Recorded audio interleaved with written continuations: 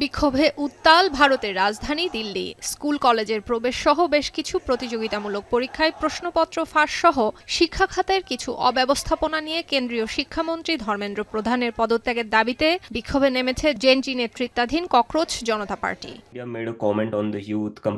যন্তর মন্তরে তিনি সবার সঙ্গে দেখা করার অপেক্ষায় রয়েছেন। এক্সে দেওয়া এক পোস্টে এই বিবৃতি দিয়ে ইতোমধ্যে বিক্ষোভে যোগ দিয়েছেন সংগঠনের প্রতিষ্ঠাতা অভিজিৎ দীপ। আন্দোলনে যোগ দিতে মার্কিন মুলুক থেকে ভারত ফিরেছেন তিনি। তবে ভালোবাসা ও শান্তির মাধ্যমেই আন্দোলনের নেতৃত্ব দিতে হবে বলেও তিনি জানান।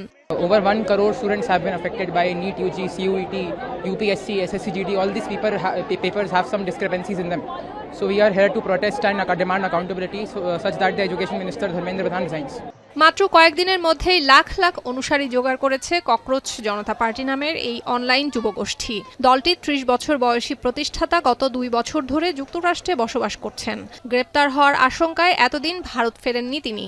एग्जाम तो ठीक से करा लें, वो भी ठीक से नहीं हो पा रहे हैं, तो वहाँ से ये स्टार्ट हुआ और आज एक उम्मीद के साथ में यहाँ पर आए हैं। हम लोग हजारों लोग यहाँ पर हैं कि एक चेंज तो आएगा और भारत देश जो विकसित भारत का हम सपना देखते हैं। ভারতের সরকারি তথ্য মতে দেশটিতে ১৫ থেকে ২৯ বছর বয়সী প্রায় ৪০ কোটি মানুষ রয়েছে।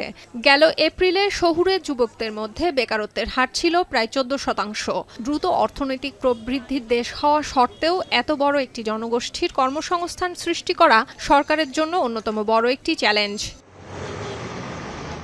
গেল সপ্তাহের শুরুতে বোস্টন থেকে ভারতে ফেরার ঘোষণা দিয়ে তিনি জানান, পরীক্ষায় অনিয়ম ও অব্যবস্থাপনার অভিযোগে তিনি কেন্দ্রীয় শিক্ষামন্ত্রীর পদত্যাগের দাবিতে আন্দোলন শুরু করবেন। এদিকে জনতার এই আন্দোলনে যোগ দিয়েছেন দেশটির তরুণদের মাঝে তুমুল জনপ্রিয় শিক্ষাবিদ ও জলবায়ু কর্মী সোনম ওয়াংচুক।